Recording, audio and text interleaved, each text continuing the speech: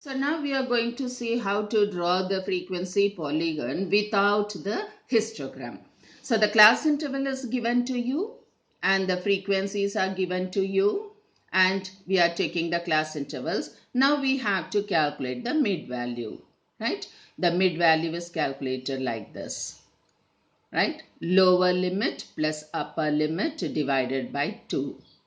Likewise in all the cases. So now we have the mid values of the class intervals here. Now this is to be plotted on x-axis on the diagram. Now see, here we are taking on the x-axis the mid values. It is not 0 to 10, 10 to 20. It is only the mid values we are considering here, right? And when we are taking this mid value on x-axis, frequencies are taken on the y-axis. Then we'll have to go for plotting the frequencies to the concerned class, the mid values. Then we are plotting the values here. Now we are getting the frequency polygon. You can see here it is again joined with a straight line using a foot rule, right? So this is how to draw the frequency polygon without histogram. The main thing to be noticed is the mid values will be taken on the x-axis. And now frequency curve. So the only difference between frequency polygon and frequency curve is frequency polygon is drawn using a foot rule.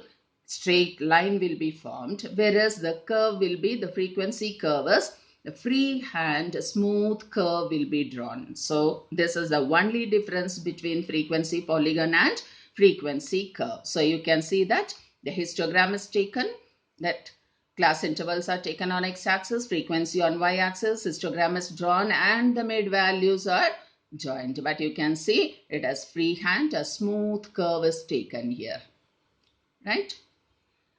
So this is the only difference between the polygon and curve.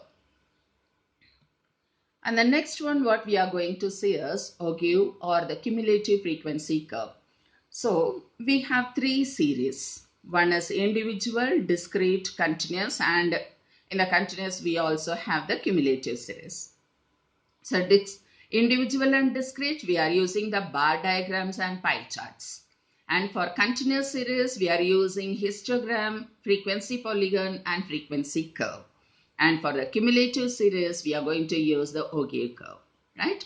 So, and we know that the cumulative frequency series will be presented in two ways, that is less than series and more than series. So we are making the less than series, the more than series, and then we are going to plot the values on the graph, and then we are going to connect the points to get the less than ogive and more than ogive. So here you can see in the illustration we are taking the problem here. This is the problem and we are arranging this in the less than series and more than series. Less than series, we know that we'll have to take the upper limit of the class interval.